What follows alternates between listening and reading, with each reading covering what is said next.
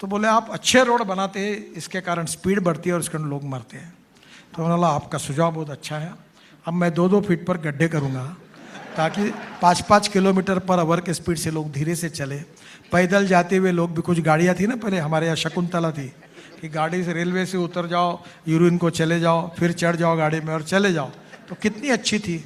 उस प्रकार की हमारी बस सर्विस भी बना देंगे। देखिए ये वो कारण नहीं है। कारण जो है उसमें 4 बातें हैं रोड एक्सीडेंट्स की। एक है रोड इंजीनियरिंग, दूसरा है ऑटोमोबाइल इंजीनियरिंग, तीसरा एजुकेशन और चौथा इम्प्लीमेंटेशन। कानून के प्रति सम्मान भी नहीं और डर भी नहीं। अब इंटेलिजेंट ट्रैफिक सिस्टम आया। अब मैं मुंबई में रहता हूँ, वर्ली में, तो मेरे भी ड्राइवर को मेरे नाम पर मेरे पास चिट्ठी आ गई, फाइन लग गया मेरे ऊपर। तो अब क्या हुआ कि कैमरे लगे हैं, तो स्पीड कंट्रोल भी कर, उसमें समय के अनुसार वो 60 करना, 80 करना, 100 करना, उसका अध्ययन करना पड़ेगा। पर जैसे दिल्ली मुंबई हाईवे 12 घंटे में आना है, एक्सिस कंट्रोल रोड है, 8 लेन रोड है, तो उसकी स्पीड 60 किलोमीटर रखने का कोई कारण नहीं है, वो कम से कम 120 किलोमीटर रखनी होगी। तो ये रोड के रोड के बाद उसको देखना होगा, और इसलिए स्पीड ये ओनली कारण नहीं। तो इसलिए मैं मिनिस्टर होने के नाते ऑटोमोबाइल इंजीनियरिंग में हमने एयर बैग्स इकोनॉमिक मॉडल में 6 कंपलसरी करने की बात की है। हमने उसमें ऑटोमोबाइल इंजीनियरिंग के डिज़ाइनिंग में काफ़ी सुधार किए है। दूसरी बात, रोड सेफ्टी के लिए हमने बड़े प्रमाण ब्लैक स्पॉट को आइडेंटिफाई किया है।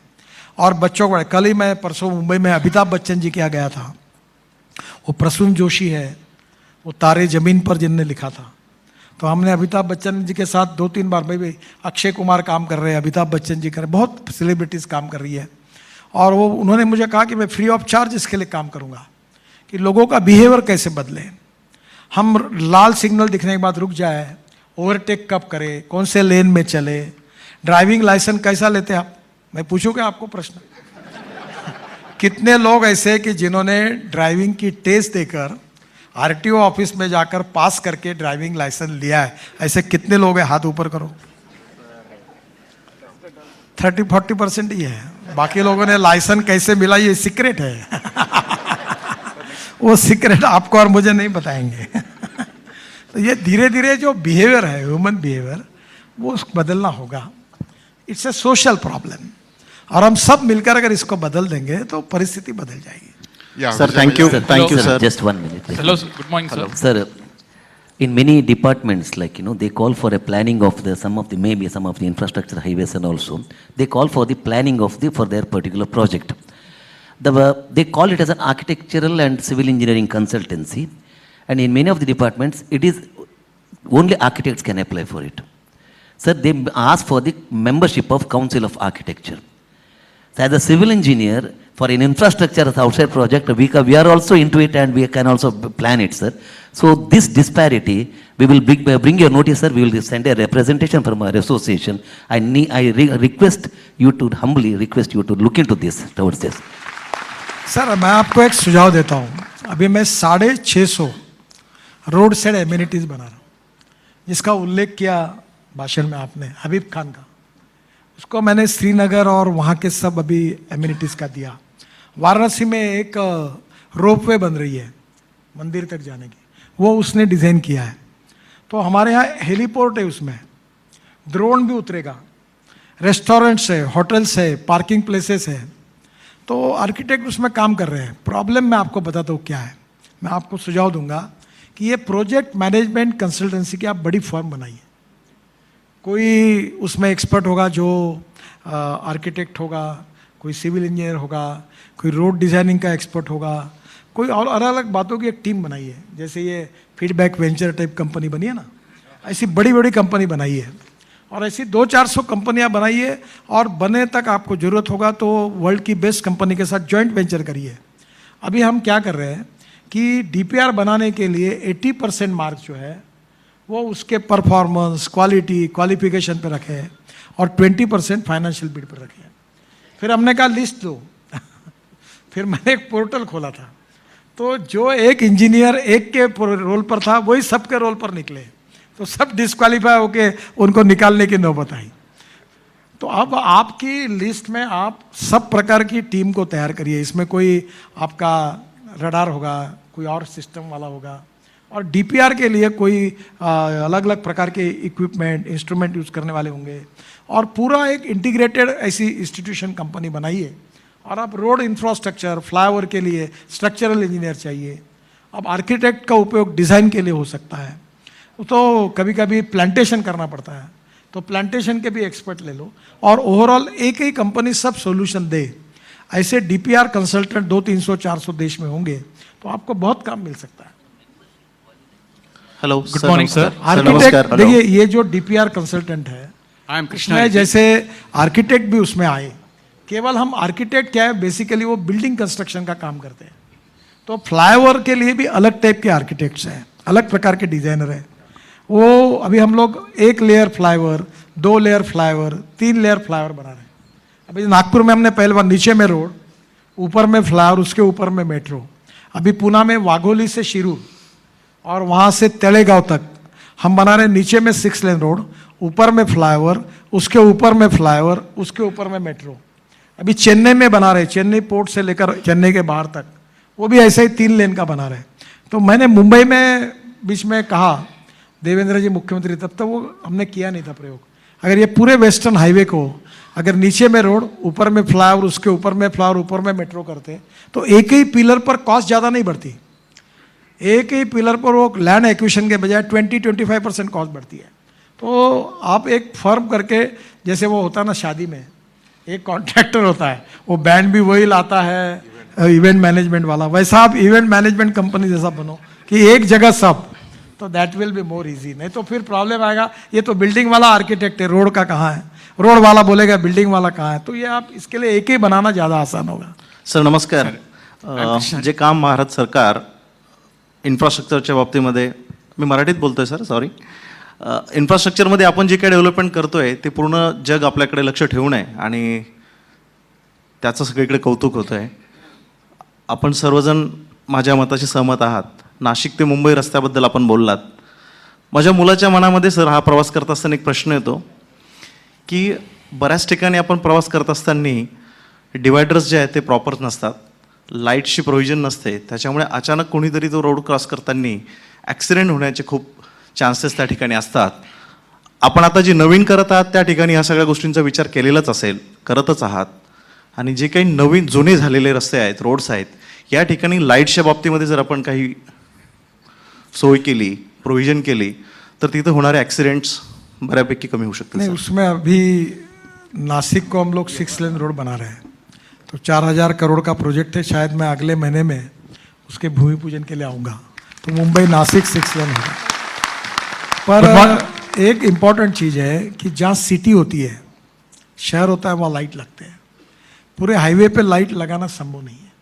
पर एक बात जरूर है कि ये जो आप जो बात बोल रहे हैं, वही मैं डीपीआर कंसल्टेंट को कहता हूँ कि वो अगर अभी वाटर कंजर्वेशन करना चाहिए। अभी मैंने 36 तालाब बनाए पंजाबराव कृषि यूनिवर्सिटी में। मैं वैसे रोड में काम करता हूँ, पर मुझे 2 डिलीट मिली, और दोनों delete Mahatma Phule agriculture university Rahuri की, और दूसरी अकोला पीकी की मिली है। पर वो दोनों मुझे एग्रीकल्चर साइंस में मिले, क्योंकि एग्रीकल्चर मेरी पैशन है। तो वाटर कंजर्वेशन में बहुत बड़ा काम आप कर सकते हैं। मुझे सुना कि आप शायद यहाँ ये इसका एक वाटर कंजर्वेशन का कुछ प्रोग्राम है, तो मैं हो गया तो मैं आपको फिल्म बताऊंगा। हमारे यहाँ विदर्भ में 10,000 किसानों ने आत्महत्या की है। तो अकोला, बुल्ढाना, वाशिम, हमने वाटर कंजर्वेशन का काम किया है। तोड़ने वाले पानी को चलने के लिए लगाओ, चलने वाले पानी को रुकने के लिए लगाओ, और रुके हुए पानी को ज़मीन को पीने के लिए लगाओ। गांव का पानी गांव में, खेत का पानी खेत में, घर का पानी घर में। और उसमें जियोलॉजी भी है, क्योंकि आप में से बहुत से लोग जानते हैं जियोलॉजी, जियोफॉर्मोलॉजी, मिनरोलॉजी, क्रिस्टोग्राफी। कुछ रॉक ऐसे होते हैं जो पानी नहीं पीते, तो नीचे जाना पड़ता है। उसमें एक मैं थोड़ा सा मुझे आता था, एक आपको पढ़ाया था, एक मोहा स्केल ऑफ हार्डनेस थी रॉक की। Talc, gypsum, calcite, apatite, orthoclase, quartz, corundum, diamond. तो डायमंड एक टफेस्ट मटेरियल था। तो अभी हमारे एनजीओ में जियोलॉजिस्ट हैं, और हम ज़मीन के नीचे नदी नालों का खोलीकरण, रुंदीकरण करते हैं, और नीचे तक जाते हैं। पानी में पीने वाला स्टार्टा जब तक नहीं लगता। और उससे अभी आप अकोला जाओ, 32,000 कुएं रिचार्ज हुए, 10,000 एकड़ ज़मीन पानी के नीचे आई। और वहाँ जो किसान आत्महत्या कर रहे थे वहाँ नीम के पेड़, बहुत अच्छी खेती होने लगी। और बुल्ढाना में एक बुल्ढाना से अजिंठा रोड था, ब्लैक रॉक था सब, वहाँ से 15,000 धनगर कम्युनिटी के लोग माइग्रेट होते थे। हमने तालाब खोलीकरण रंधीकरण किए, उनके डैम के किए, नदी नालों का खोलीकरण किया, और एक पैसा नहीं लगा। आम के आम गुठली के दाम। मैं 2 किताबें उसका डिटेल आपके पास दे के जाऊँगा। आप जहाँ भी काम करें, आपको बिल्डिंग में मट्टी लग रही है तो गांव का तालाब खोद लो, मिट्टी वहाँ लो। अभी GR भी निकला है गवर्नमेंट ऑफ महाराष्ट्र का। अगर आपको कहीं मुरुम लगता है तो वहाँ से खोद दो, वहाँ तालाब हो जाएगा, तो पानी स्टोरेज हो जाएगा। तो ये वाटर कंजर्वेशन का काम बिन पैसे से हो सकता है। तो मेरा आपसे सुझाव है कि इकोलॉजी एंड इन्वायरमेंट के लिए अगर हम ये नदियों की बात जो है ये भी निकालेंगे तो बहुत बड़ा फ़ायदा हो सकता है, कॉस्ट भी कम हो सकती है। हमारे काफ़ी कॉन्ट्रैक्टर ये कर रहे हैं, तो ये पूरे देश में आप परस्यू करिए। और वाटर कंजर्वेशन अगर आपके साथ हो गया तो बहुत अच्छा होगा।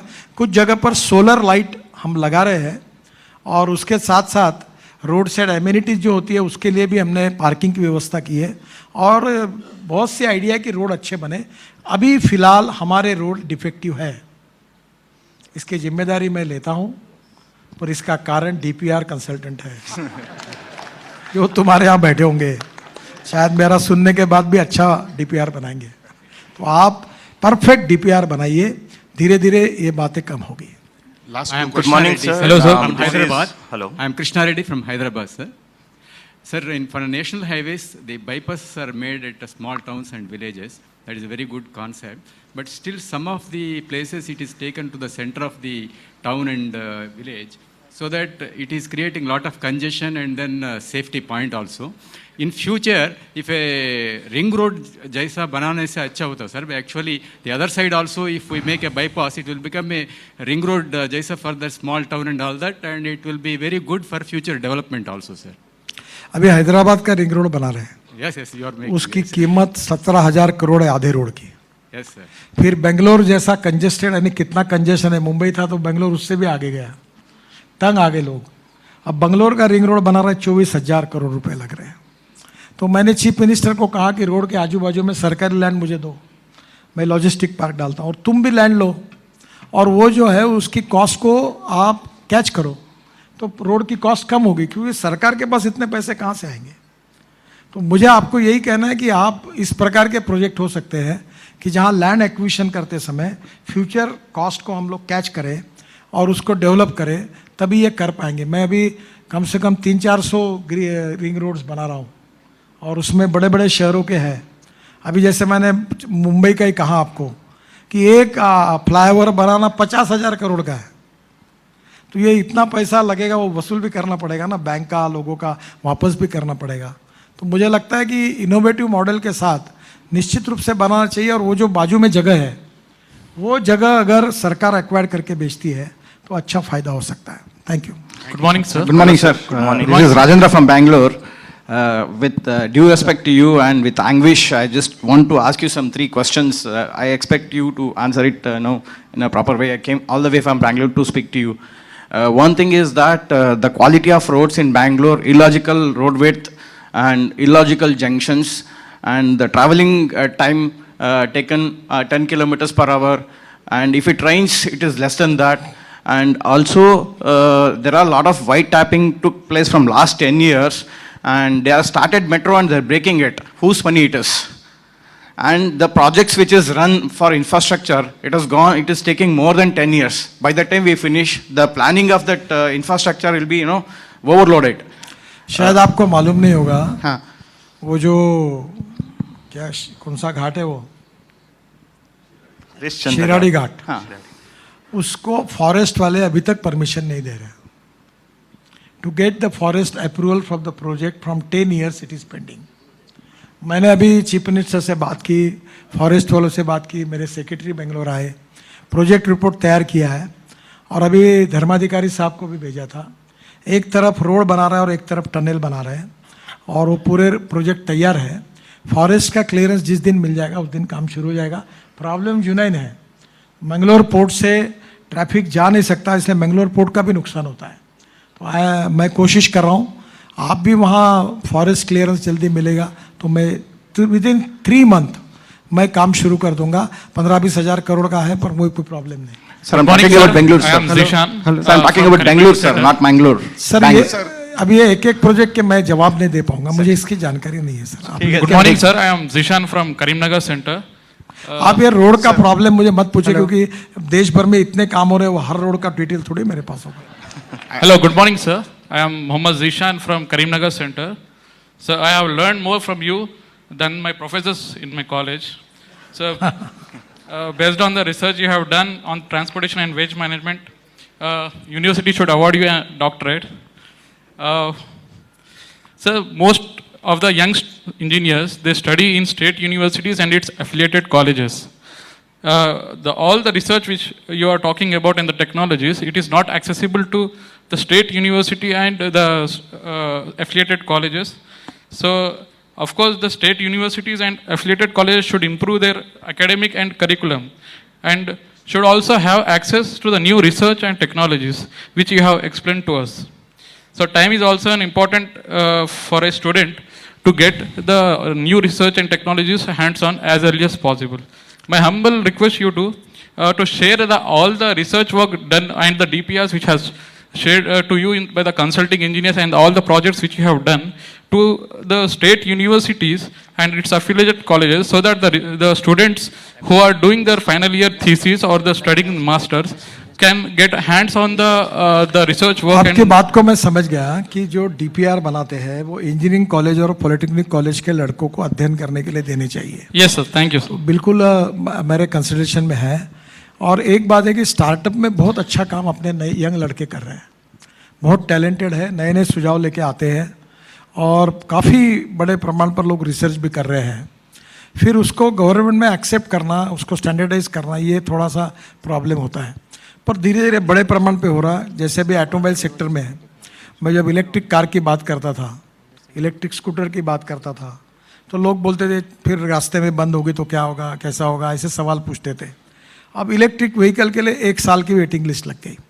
मैं आप सबसे अनुरोध करूंगा कि आप जल्दी ही अगले बार पेट्रोल डीजल की चलने वाली कार, बस, स्कूटर मत खरीदी करिए। आप पोल्यूशन कम करने वाली अल्टरनेटिव फ्यूल वाली कार, बस को यूज़ करिए धीरे धीरे। अभी मुंबई में 200 इलेक्ट्रिक बसेस डबल डेकर आई, मैंने लॉन्च की परसों। अभी इसमें फ़ायदा भी है, तो धीरे धीरे ये नया रिसर्च काफ़ी हो रहा है। हमारे इंजीनियरिंग कॉलेज, IITs, हमारे यंग टैलेंट इंजीनियर खूब रिसर्च कर रहे हैं और मुझे लगता है कि इसमें आने वाले समय में देश में काफ़ी परिवर्तन होगा। और मैं आपको धन्यवाद देता हूं कि आप में से अनेक लोग ये अच्छा काम कर रहे हैं। ये करते रहिए, इससे क्वालिटेटिव चेंज निश्चित होगा।